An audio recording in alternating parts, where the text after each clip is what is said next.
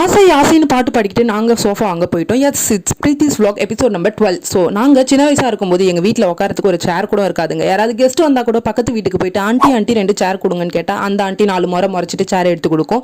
நம்ம ஓசி சேரில் தான் உட்காந்துட்டு இருக்கோம் தெரியாமல் வந்த கெஸ்ட்டு நல்லா பல்ல காமிச்சிட்டு டீயை குடிச்சிட்டு கிளம்பி போயிடுவாங்க. அதுக்கப்புறம் திருப்பி எடுத்துகிட்டு போய் கொடுக்கும்போது அந்த ஆண்டி கிட்ட எப்படியோ சாதுவாக பேசி நம்ம வீட்டில் இருக்க குழம்பு சட்னியை எடுத்துகிட்டு போய் கூட கொடுத்து அதுக்கப்புறம் ஆண்டியை சமாளிச்சுட்டு வீட்டுக்கு வருவோம்.